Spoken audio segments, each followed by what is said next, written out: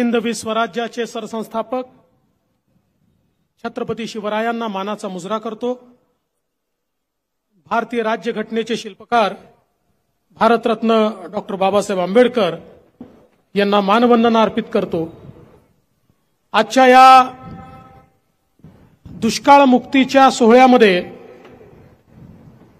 ज्यावेळी जवळजवळ 23 वर्षांनंतर नीरा देवधर उजव्या कालव्याच्या रूपानं या तालुक्याचं हक्काचं पाणी या तालुक्याला प्राप्त होत आहे, अशा या वचनपूर्तीच्या कार्यक्रमामध्ये मंचावर उपस्थित असलेले छत्रपती महाराज उदयनराजे भोसले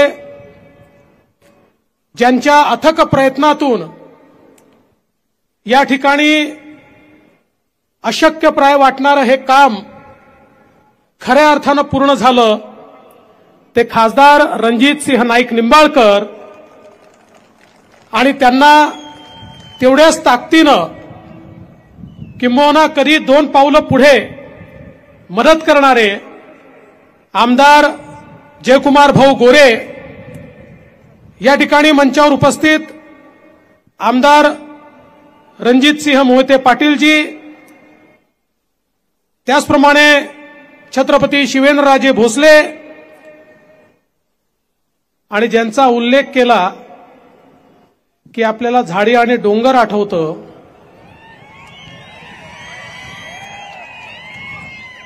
दोन 2022 साली जो पिक्चर निघाला होता त्याचे हिरो शहाजी बापू पाटील, त्याचप्रमाणे बबनदादा शिंदे, राजाभाऊ राऊत, राहुलजी कुल, रामभाऊ सातपुते, ज्याला ढाण्या वाघ म्हणून आपण ओळखतो ते गोपीचंद पडळकर, शेतकऱ्यांचे नेते सदाभाऊ खोत, दिलीपराव येळगावकर, धनाजीराव साठे, धैर्यशील भाऊ कदम, रश्मिताई बागल, रणजितदादा शिंदे, जयंतराव जगताप, चेतनसिंग केदार, सुनील काटकर, प्रल्हादराव साळुंखे पाटील, त्याचप्रमाणे जिजाताई नाईक निंबाळकर, रंजनजी तावरे, शमशेरसिंग नाईक निंबाळकर, सुशांत, या ठिकाणी या प्रकल्पाकरता ज्यांनी खरोखर मेहनत केली असे आमचे विभागाचे सचिव, अपर मुख्य सचिव श्री दीपक कपूर, श्री कपोले, श्री गुडाले, श्री धुमाळ, या ठिकाणी उपस्थित मंचावरील सर्व मान्यवर आणि उपस्थित प्रचंड मोठ्या संख्येनं पाण्याचं स्वागत करण्याकरता आणि वचनपूर्तीच्या निमित्ताने आम्हाला सगळ्यांना आशीर्वाद देण्याकरता आलेल्या माझ्या सर्व माता भगिनी आणि बंधूंनो, खरं म्हणजे जिथपर्यंत माझी नजर जातेय मला लोक दिसतायत। भर उन्हामध्ये आपण सभा सुरू केली तरी देखील लोक उन्हामध्ये बसले आहेत। अर्थात नेहमी लोक उन्हात असतात आणि नेते सावलीत असतात, पण निंबाळकर साहेबांनी नेत्यांनाही उन्हातच बसवलेलं आहे, त्यामुळे लोकही उन्हात आणि नेतेही उन्हात, पण तरी देखील इतक्या प्रचंड संख्येने आपण उपस्थित आहात याचाच अर्थ हा किती महत्वाचा विषय होता हे आपल्या सगळ्यांच्या लक्षात येतं। खरं म्हणजे परवाच मकर संक्रांत झाली आणि या संक्रमणाच्या पर्वामध्ये या ठिकाणी ज्या नीरा देवधरच्या उजव्या कालव्याचा शुभारंभ आपण होतोय, एक प्रकारे या माढा मतदारसंघाकरता हे संक्रमण मोठं परिवर्तन घेऊन येणार आहे आणि ज्याला दुष्काळी म्हटलं त्याच्यावरचा दुष्काळाचा डाग पुसण्याचं काम आज या कार्यक्रमाच्या माध्यमातून आपण निश्चितपणे करणार आहोत आणि तुमच्या हक्काचं पाणी हे तुम्हाला देतो। मला अतिशय आनंद आहे की आज हे फलटण जी ऐतिहासिक नगरी आहे, ज्याचा थेट संबंध महाराजांच्या इतिहासाशी आहे, जी जैन धर्मियांची दक्षिण काशी देखील मानली जाते, महानुभाव पंथीयांची काशी देखील मानली जाते, आणि ज्या ठिकाणी उत्तर रामायण घडलं अशा या फलटणमध्ये आज रामायणाचा एक नवीन अध्याय आपण सुरू करतो. आणि तो अध्याय ज्याप्रमाणे प्रभू श्रीरामांनी सांगितलं, रामराज्य म्हणजे काय, तर रामराज्य म्हणजे शेवटच्या माणसाचा आवाज ज्या राज्यामध्ये ऐकला जातो ते रामराज्य असतं. आता 22 तारखेला अयोध्येमध्ये प्रभू श्रीरामांची मूर्ती अवतरते आहे आणि त्याच्यासोबत या भारतामध्ये मोदीजींच्या नेतृत्वात एक नवीन अध्याय सुरू होतो आहे की ज्या अध्यायामध्ये आता शेवटच्या माणसाच्या विकासाचाच विचार होणार आहे. ज्याला मिळालं नाही, जो वंचित राहिला, त्या वंचितापर्यंत त्याचे हक्क पोहोचवण्याकरता आता येत्या काळामध्ये आमचा नवीन भारत उभा राहणार आहे, आमचा महाराष्ट्र उभा राहणार आहे. आणि म्हणूनच हा दुष्काळाचा कलंक पुसण्याचं काम आज या ठिकाणी आपण सुरू केलं आहे. आणि हा तर वचनपूर्तीचा सोहळा आहे. प्रभू श्रीरामांच्या काळात काय म्हटलं जायचं, रघुकुल रीत सदा चली आई, प्राण जाय पर वचन न जाई. त्यामुळे हे जे वचन तुम्हाला दिलं होतं, रणजित दादांनी दिलं होतं, जया भाऊंनी दिलं होतं, मी स्वतः या ठिकाणी सभेला आलो होतो तेव्हा दिलं होतं, काय वाटेल ते झालं तरी तुमचं हक्काचं पाणी तुम्हाला दिल्याशिवाय राहणार नाही. खरं म्हणजे अनेक प्रकारच्या चोऱ्या ऐकल्या होत्या, पण पाण्याची चोरी पाहिली नव्हती. ती देखील पाहायला मिळाली. पण मी जसा इरिगेशनचा मंत्री आहे तसा होम मिनिस्टर देखील आहे, गृहमंत्री देखील आहे. त्यामुळे कुठल्याही प्रकारची चोरी पकडून दंडित करण्याची जबाबदारी देखील माझीच आहे.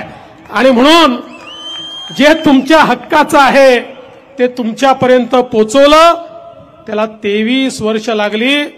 पण मला हे निश्चितपणे सांगितलं पाहिजे की आज ज्या प्रकारचा संघर्ष या ठिकाणी रणजित दादा तुम्ही केलाय, किंवा ज्या प्रकारचा संघर्ष जयाभाऊंनी केलाय, आणि सोबत मंचावर बसलेले सगळे नेते, शहाजी बापू असतील, सगळे आमचे आमदार असतील, सगळ्यांनी जो संघर्ष केलाय आज त्याची परिणिती म्हणून या ठिकाणी हे झालाय. आणि म्हणून पहिल्यांदा तर तुम्ही मला याचं श्रेय दिलं, याचं श्रेय मला नाही, ते तुम्हाला आहे. पण त्याहीपेक्षा तुम्हालाही हे श्रेय नाही आहे. हे खरं श्रेय या जनतेने तुम्हाला निवडून दिलं म्हणून या जनतेचं श्रेय आहे. यांनी जर निवडून दिलंच नसतं तर तुम्ही हे काम थोडी करू शकला असतात. म्हणून तुमचंही श्रेय नाही, माझंही श्रेय नाही, या समोर बसलेल्या जनतेचं हे श्रेय आहे. 1984 साली 61 कोटी रुपयाचा प्रकल्प होता. आता बघता बघता हा प्रकल्प या ठिकाणी हजारो कोटी रुपयाचा झाला. पण आज तो प्रकल्प पूर्णत्वाकडे चाललाय 3976 कोटी रुपयाचा. आणि आता जे काम आपण हातामध्ये घेतलंय, तुम्हाला एक गोष्ट सांगतो की या ठिकाणी या कामाकरता जोपर्यंत काम पूर्ण होत नाही पैशाची कमतरता पडू देणार नाही. जेवढे पैसे लागतील तेवढे पैसे या ठिकाणी देण्याचं काम हे आपण निश्चितपणे करू. हे देखील मी अत्यंत विश्वासाने या ठिकाणी सांगतो. खरं म्हणजे नीरा देवधर असेल किंवा या सगळ्या भागामध्ये या ठिकाणी वेगवेगळी धरणं असतील, या सगळ्या धरणांना, याच्या कामाला चालना देण्याची संधी मला मिळाली. मगाशी जयाभाऊंनी उल्लेख केला, मी नेहमी सांगतो की मी जेव्हा इकडचा भागही नीट बघितला नव्हता तेव्हाही मला जीए कटापूर माहिती होतं. कारण जयाभाऊ निवडून आल्यापासनं, ज्या दिवसापासनं ते निवडून आले, ते पहिल्यांदा अपक्ष होते, विधानसभेत उभे राहिले की जीए कटापूरचाच प्रश्न मांडायचे. त्यामुळे आम्हाला देखील जीए कटापूर पाठ झालं होतं. पण हा जीए कटापूरचा प्रश्न असेल, नीरा देवधरचा प्रश्न असेल, उरमोडीचा प्रश्न असेल, टेंभूचा प्रश्न असेल, म्हैसाळचा प्रश्न असेल, पश्चिम महाराष्ट्रामध्ये कृष्णे कोयनेचं जे पाणी आहे, पश्चिम महाराष्ट्राचे जे प्रकल्प आहेत, या सगळ्या प्रकल्पांना चालना देण्याची संधी मला मिळाली. आणि खऱ्या अर्थानं शहाजी बापू, जो आपला सांगोला सर्वात जास्त दुष्काळग्रस्त होता, आता तुम्ही स्मार्ट कसे दिसायला लागले माझ्या लक्षात आलं. एवढं पाणी पोचून राहिलं सांगोल्यामध्ये की लोकांचं वय वाढतं, शहाजी बापूंचं कमी व्हायला लागलं, ते अजून स्मार्ट व्हायला लागले. त्यामुळे मला या ठिकाणी सांगितलं पाहिजे, सगळ्यात महत्वाचं 2017 साली आपण निर्णय घेतला की आता ओपन कॅनलनी नाही, पीडीएन पद्धतीने पाणी द्यायचं. पाण्याचा थेंबन थेंब हा महत्वाचा आहे, तो थेंबन थेंब वाचवला पाहिजे. आणि म्हणून पीडीएन पद्धतीनं पाणी द्यायचं. आणि पलीकडे देखील मोठ्या प्रमाणात ड्रिपचं काम हातामध्ये घ्यायचं. आणि आज आपण पाहू शकतो या पीडीएन पद्धतीचा फायदा असा झाला की पाणी तर नव्याने पैदा करता येत नाही, नव्याने तयार करता येत नाही, पण आपण पीडीएन पद्धतीमुळे 16 टीएमसी पाण्याचं फेर वाटप करू शकलो. आणि त्यामुळे ज्या भागात कधी जन्मात पाणी येणार नाही असं वाटत होतं, आमच्या जयाभाऊंनी पुढाकार घेतला आणि हे फेर वाटप झाल्यामुळे आज त्याही भागामध्ये पाणी पोहोचतंय, तिथला शेतकरी देखील सुजलाम सुफलाम होतोय. आणि मला आनंद वाटतो की ज्यावेळी माननीय प्रधानमंत्री महोदयांकडे मी गेलो मुख्यमंत्री असताना आणि त्यांना सांगितलं की आमच्या दुष्काळी भागाकरता, मग तो विदर्भ मराठवाड्याचा असो की पश्चिम महाराष्ट्राचा असो, एक विशेष योजना आपण आम्हाला द्या.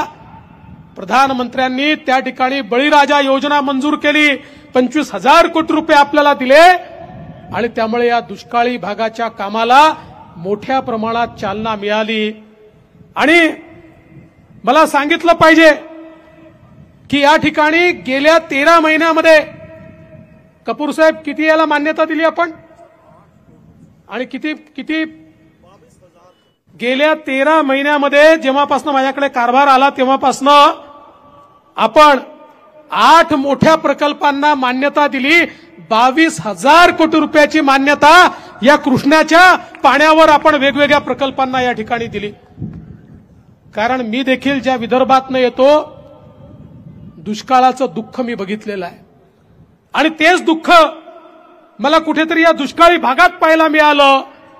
आणि म्हणून हा आम्ही प्रण केला की या भागाला दुष्काळी भाग म्हणून नाव जरी पडलं असलं तरी देखील ईश्वराच्या आशीर्वादानं, तुमच्या आशीर्वादानं हा दुष्काळी ठप्पा पुसण्याची संधी मिळाली आहे. आणि म्हणून ती संधी आम्ही हातामध्ये घेतली आणि त्या माध्यमातून आज एक एक प्रकल्प होतोय आणि एक एक भाग हा या ठिकाणी दुष्काळातनं बाहेर पडतोय. मगाशी सांगितलं खासदार साहेबांनी, मी ज्यावेळी मुख्यमंत्री होतो, आपल्याला लक्षात असेल की सांगली, कोल्हापूर, साताऱ्याचा काही भाग इतका प्रचंड पूर आला होता की त्या ठिकाणी हायवेवर देखील बोटी चालवाव्या लागल्या होत्या. आणि मग त्यावेळी आम्ही अभ्यास केला तर लक्षात आलं की सातत्याने पूर येतो, पुराचं पाणी शहरामध्ये जातं, मोठ्या प्रमाणात नुकसान होतं. आणि मग आमच्या मनामध्ये असं आलं की जर सातत्यानेच पूर येत असेल तर पुराचं पाणी हे कुठल्या राज्याच्या मालकीचं नाहीये. याच्यावर जर आपण एखादी योजना तयार केली तर आपल्याला दुष्काळी भागाला त्याचा फायदा देता येईल. आणि मग गेल्या 10-15 वर्षाचा अभ्यास आम्ही केला, पुराच्या पॅटर्नचा अभ्यास आम्ही केला, वर्ल्ड बँकेला आम्ही बोलवलं. वर्ल्ड बँकेला आम्ही सांगितलं की जर हे पुराचं पाणी आपण बघितलं तर पूर्वी असं व्हायचं की एखाद्या वर्षी पूर यायचा, आता एखाद्या वर्षी दुष्काळ असतो, पण दरवर्षी कुठे ना कुठे पूर येत असतो.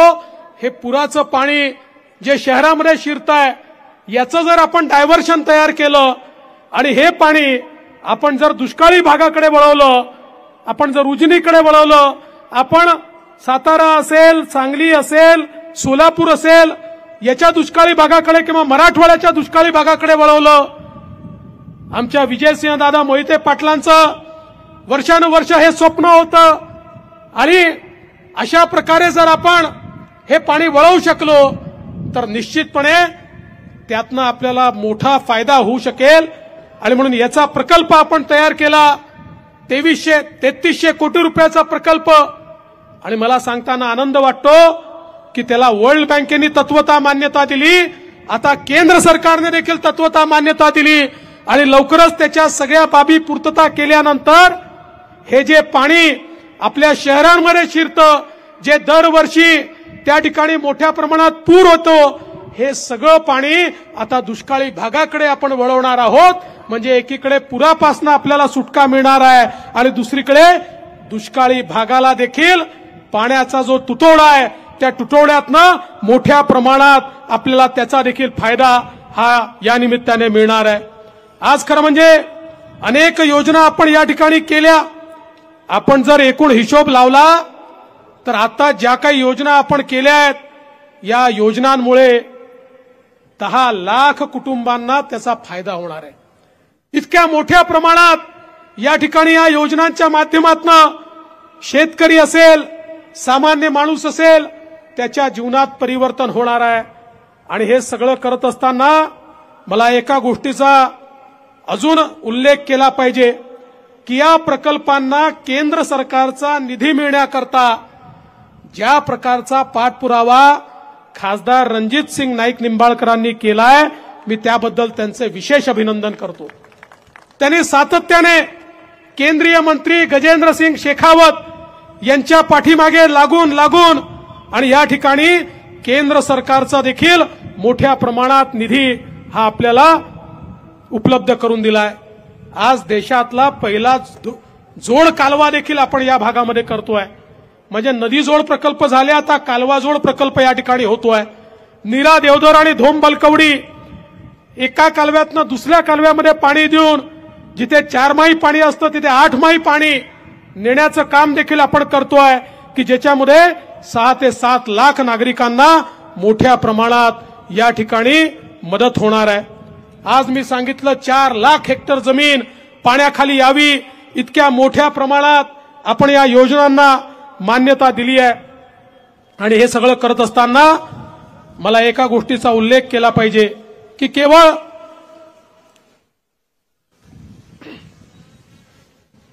सिंचन प्रकल्प नाही, मोठ्या प्रमाणात रस्त्यांचं जाळं देखील या ठिकाणी तयार झालं.